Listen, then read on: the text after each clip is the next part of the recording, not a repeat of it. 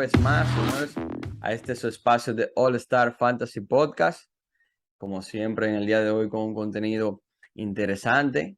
Estaremos hablando sobre un tema que le gusta a la mayoría de las personas y es el dinero, esos contratos. Vamos a estar hablando de esos contratos que no salieron bien para los equipos de estos jugadores que vamos a estar mencionando. Antes que nada, recordarles suscribirse a las plataformas de All Star en Instagram y Facebook. Nos van a encontrar como allstar.fantasy y en YouTube nos van a encontrar como allstar.fantasy. Como siempre, me acompañan José Adrián Domínguez y Cristian de la Cruz de la casa de All Star. Bienvenidos, muchachos. ¿Cómo estamos, mi gente? Saludos a nuestros oyentes. Gracias, Juan. ¿Cómo estamos, muchachos? Saludos a todos. Y vamos ahora con un tema que nada más le conviene a los que lo recibieron el dinero. Exacto. Como dijimos, vamos a estar hablando de esos, digamos, esos contratos malos para el equipo, pero como dice José Adrián, beneficioso para el jugador porque se lo ganaron fáciles. Vamos a empezar rápidamente. Traigo un candidato, el cual para mí debe ser de los pitchers de grandes ligas, debe ser el peor contrato en la historia de este deporte. Y si hay otro que se le acerca, pues ahora mismo no me llega a la cabeza. Y es de Barricito, señores. Barricito con San Francisco Giants. Firmó, ustedes recuerdan ese super contrato para la fecha. Cuando alguien de estos tiempos ve el contrato, que fue por un monto de 126 millones de dólares y 7 temporadas, en el día de hoy es un contrato que no alarma, porque vemos contratos de 200, 250, hemos visto un contrato de 300, hasta de 400 millones, y un contrato de 126 millones pudiera parecer chilata en estos momentos. Pero para la fecha en que fue, señores, estamos hablando del 2007, eso era mucho dinero, tanto así que para ese entonces empató un récord del séptimo contrato más largo en la MLB y era el contrato más grande para cualquier pitcher. Barricito, que todos sabemos que en sus años con Oakland, para mí en lo personal tampoco fue que era ese gran pitcher, a pesar de que pudo ganar un premio Cy Young. Pero si vemos sus acumulados en lo que fue en las temporadas con Oakland, no, no eran números para un ace. Acumuló 3.55 de efectividad, que sabemos que cuando tú hablas de un front starter, tú siempre ves era en dos bajitos. Estamos hablando de un pitcher de 3.55 en un estadio de Oakland, donde siempre ponía ratios muy malos, aunque en ese entonces los pitchers se valoraban más por las victorias que ahora que se toman en cuenta otras cosas. Pero para mí un contrato desastroso. Nunca pudo poner una temporada ni siquiera por debajo de 4, señores, con el equipo de San Francisco. Total, un desastre total. Como tú dices, bien sobrevalorado, Barricito, por el tema de las victorias. Era un pitcher ganador. Pedro sabe que le robaron un sayón, Barricito, por ese mismo tema de que ese año ganó como 23 juegos. Pero San Francisco tomó el riesgo y ese riesgo lo pagaron caro, aunque al final en uno de los rounds de playoff él por lo menos hizo un buen trabajo, pero como tú dices, en la temporada fue un desastre. Bueno, Yo quiero meter un candidato, pero me quiero pasar al deporte del baloncesto. dale para allá, dale. Señores, ustedes saben que con la salida de LeBron de Cleveland cuando se fue a los Lakers, el equipo de Cleveland apostó a Kevin Love. Estamos hablando de que le dieron 120 millones por 4 años, un promedio de 30 millones de dólares anual, lo cual no entendía porque ya teníamos como prueba de que cada vez que LeBron se va de un equipo, ese equipo termina en rebuild, termina que tiene que reconstruirse.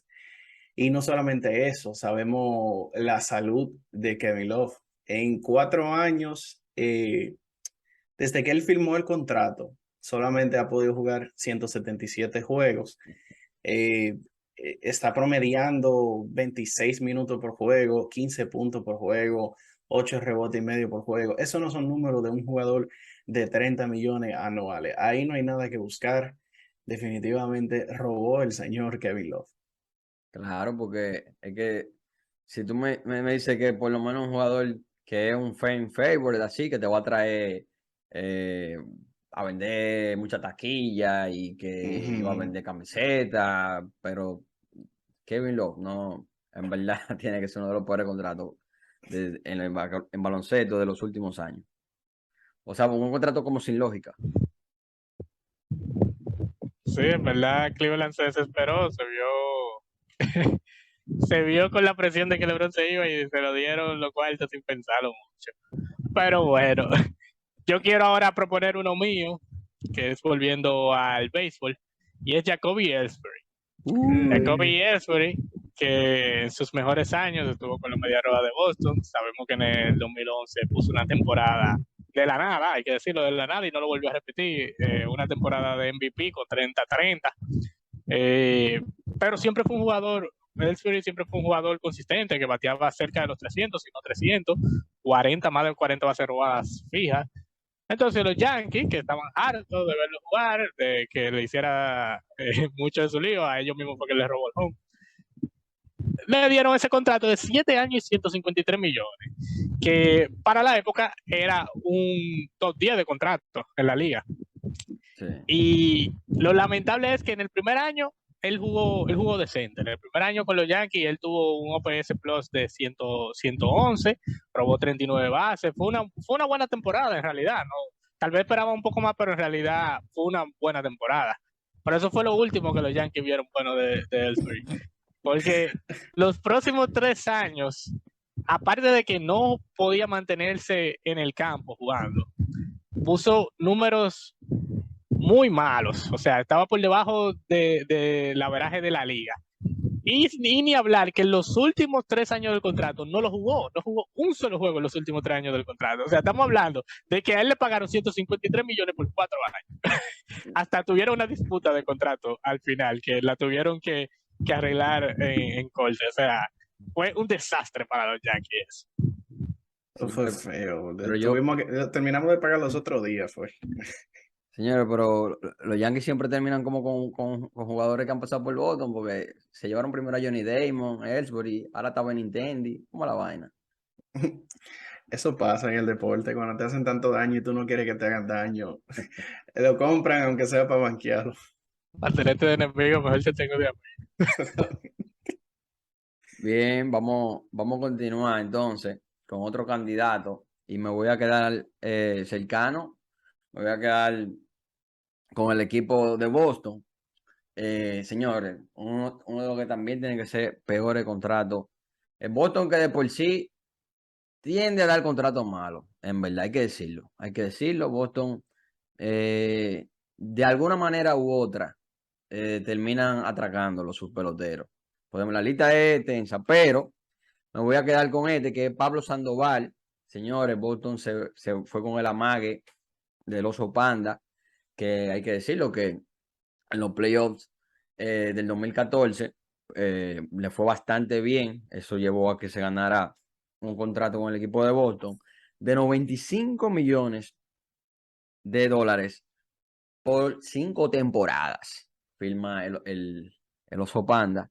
Y hay que decir que de la cantidad de temporadas que iba supuestamente a durar, apenas él jugó, Pablo Sandoval jugó, podríamos decir, una temporada y media, porque en su primer año jugó 126 partidos. En su segunda temporada, en el 2016, él se lesionó por el resto de la temporada, o sea, jugó apenas 3 partidos. Y lo que fue en el 2017, pues terminó la temporada en el mismo equipo de San Francisco. Ni siquiera acabó con Boston. Ahí en lo que fue el equipo de Boston, en ninguna temporada, ni siquiera puso PS de 700, ni 300, ni 270 de averaje por lo menos no conectó más de 10 cuadrangulares en ninguna de las campañas. O sea, un total desastre y robo lo que hizo Pablo Sandoval, señores, con el equipo de Boston Red Sox. Y yo creo que ese fue peor que Ellsbury, porque Ellsbury por lo menos el primer año hizo una llave. Sandoval nunca hizo nada, no jugó. Y aunque tú dirás, por ejemplo, bueno, 95 millones no son tantos, pero es que son 95 millones regalados. Ellos le regalaron 95 millones a Claro, Pablo Sandoval. claro. Estamos hablando de un pelotero cobrando casi 20 millones por año. Como tú le das ese dinero a un jugador, porque eso es lo mismo que vuelvo con Barricito, es que eran peloteros que no se habían ganado ese dinero. Y eso es lo que más duele, que no se habían ganado el dinero que le dieron. Una postemporada no podía valer ese dinero.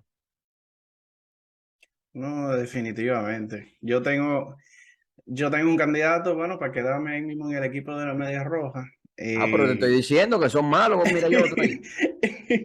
Y yo ni voy a hablar mucho de él. Ustedes lo conocen muy bien. Estamos hablando de Carl Crawford. Anda pa'l carajo. Carl Crawford, señores, firmó en el 2011, bueno, a final del 2010, para la temporada 2011, firmó 7 años, 142 millones con el equipo de Media Roja. Lo que se esperaba de él, obviamente no fue lo que él mostró. Él jugó la primera temporada, jugó algunos 130 partidos. La segunda temporada no jugó casi nada. Se terminó lesionando, tuvieron que operar y ahí mismo lo cambiaron, básicamente saliendo ya de él y lo movieron a los Dodgers. En ese trade, si no me equivoco, también incluyeron a Josh Beckett.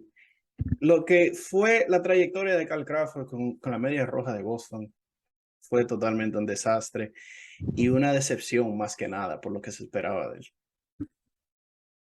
Yo ni quiero tocar esa tecla. Yo Next. mejor me voy hasta cambiar de deporte. Yo me voy a ir para el basquetbol.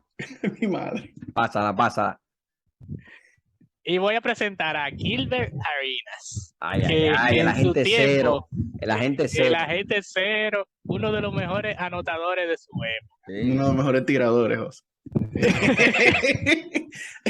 Vamos allá.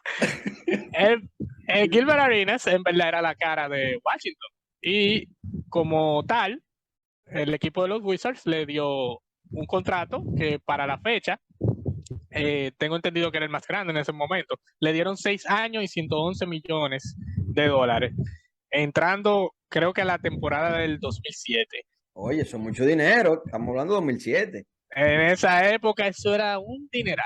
¿No? Y que la NBA Pero, tenía un techo, sí, digamos, el tope. superior a lo que MLB. O sea, 111 millones en la NBA es mucho dinero para esa época. Mucho. Y un jugador que viene de ser 3 veces All-Star, desde que firme ese contrato, lo primero es que tiene una lesión de rodilla que no le permite jugar el primer año. Y en el segundo año se le ocurre llevar una pistola al locker room a hablar con un compañero, porque él fue a hablar.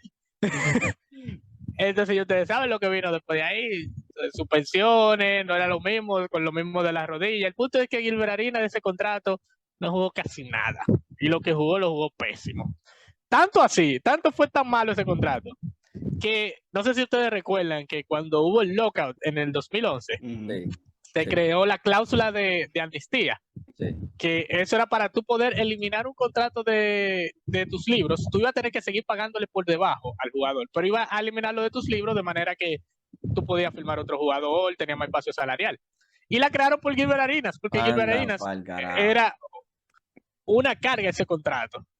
Y tanto así que los Wizards terminaron de completamente pagárselo, porque la amnistía le hacía como un diferido. Sí. Parecido a lo de Bonilla. Sí. Ellos se lo terminaron de pagar en el 2017 por ese contrato. Y ustedes saben.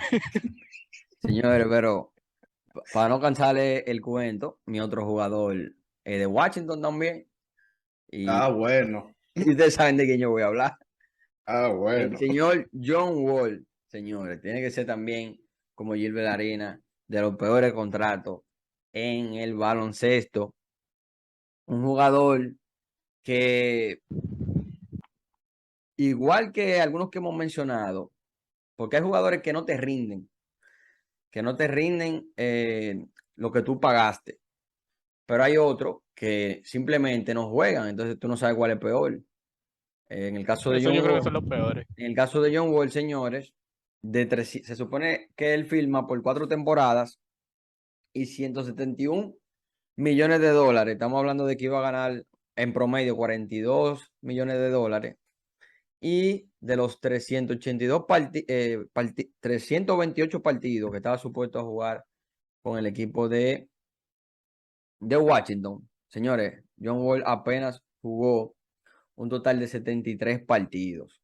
Viene en la misma temporada que firma el contrato, en la misma temporada se lesiona y se pierde alrededor de 50 partidos o 50 partidos exactos. Y en la temporada 2019-20 ni siquiera jugó por la operación que tuvo en la rodilla, que lo sacó prácticamente 2 temporadas. Y ya ustedes saben el resto, fue cambiado al equipo de Houston, se pierde 40 juegos el primer año, 42 juegos el primer año que está con Houston, y luego el año pasado ustedes saben que llegó a un acuerdo para no jugar la temporada completa. Estuvo banqueado, ya ustedes saben. Yo me pregunto si cuando ellos firman esos contratos es que el contrato viene en blow y le cae en las rodillas porque se lesiona inmediatamente. Esa firma es mágica. Desde que firman ahí, ya se acabó. Ya no hay que justificar el sueldo porque ya está dado. Bueno, señores, si le digo no me van a creer, pero yo voy a cerrar con otro candidato del equipo de Washington. Pero ¿y cómo la vaina? Así Ah, pues, mismo. nos coordinamos bien, parece. Washington, señores, nada más porque le vieron unos cuantos juegos buenos al señor Davis Bertans, decidió darle un contratazo de 5 años y 80 millones. Bueno, 90 millones, pero hay 80 garantizados. Y después de eso, Davis Bertans pasó de promediar en su primera temporada. Lo que le hizo ganar ese contrato, 15 puntos, ahora está promediando 5.3 puntos. Un jugador que no llega ni a los 15 minutos por juego. O sea, él, como decimos en República Dominicana, él tiene una botella, básicamente, porque, señores, 5 años, 80 millones, estamos hablando de un poco más de 16 millones de dólares por hacer nada, por 14 minutos de juego. Eso es garbage time para los jugadores del baloncesto. Pero así está atracando, hay que decirlo, el señor Davis Bertans. Cuidado si el próximo a atracar en esa franquicia es por Shinji. Ay, No, ay. ese está cerca. Y cuidado, hasta el mismo Bradley Beal ahorita lo atraca. Uno no sabe ya. Cuando viene a ver. Y eso, que Bertans se fue al equipo de los Mavericks precisamente por Porzingis. Sí. Bueno, yo para cerrar voy a presentar otro jugador que también al final tenía una botella. Y es en béisbol, el señor Chris Davis, de los Baltimore Orioles. Ese hombre del 2012 al 2015 fue uno de los mejores sluggers de la liga. De hecho, llegó a pegar más de 50 jonrones. Mantuvo un OPS de 876 en ese periodo. O sea, estamos hablando de bateador de poder élite. Lo que quería hacer Joey Gallo era Chris Davis.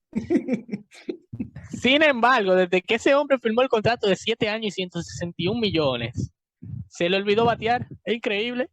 A él se le olvidó. Bueno, él siempre se ponchaba. Pero él pasó de poncharse 30% a poncharse 45%. O sea, fue una vaina increíble. Los Yankees estaban altos de Joey Gallo, pero ellos no conocieron a Chris Davis.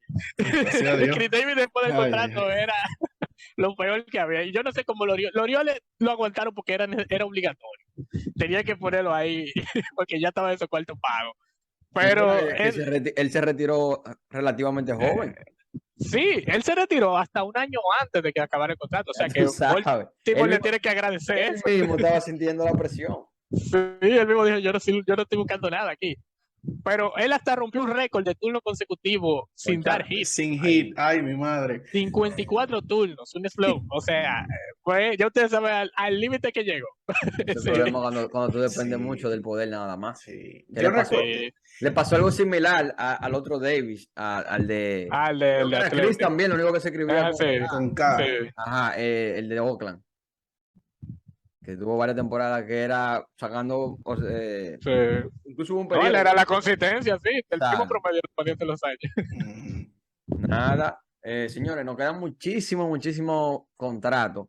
Yo creo que vamos a tener que hacer hasta tercera edición de esto de los peores contratos y también traerle al público los mejores contratos buenos que han salido buenos para, o gangas, digamos, esos contratos que Sí, baratos y que el jugador, pues en le este saca el caso doble. el jugador salió perdiendo en este caso. Pues, uno que me llega rápido, pero como le digo, vamos a hacer una edición nada más para eso, el mismo Ronald Acuña, que lo mata feo. Acuña, Sí, sí. no, Acuña una ganga.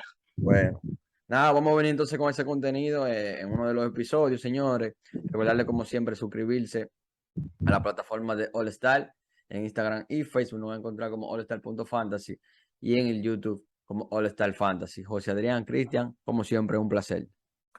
Hasta la próxima, muchachones. Gracias. ¡Pa sopa!